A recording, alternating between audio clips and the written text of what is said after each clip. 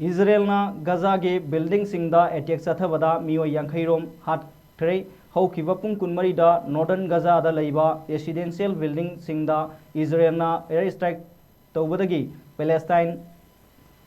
yankhai hena sikre loinana thiba khangdana leiba su yauri haina source amana phongdrokli source asigi matungina Gaza-gi health ministry na phongdokibada pung kunmarigi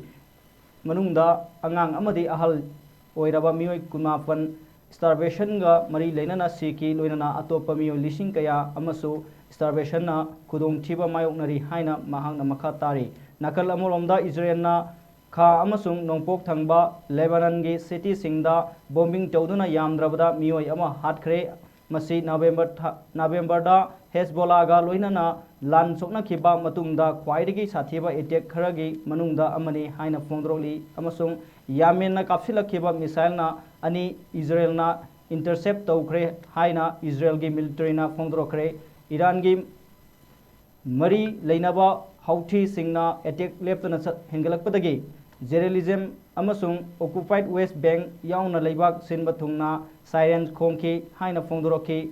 Houthi military gi spokesperson Yahya Sari na phongdrokpada group asina Israel na Ben Gurion Airport ki Maikaida ballistic missile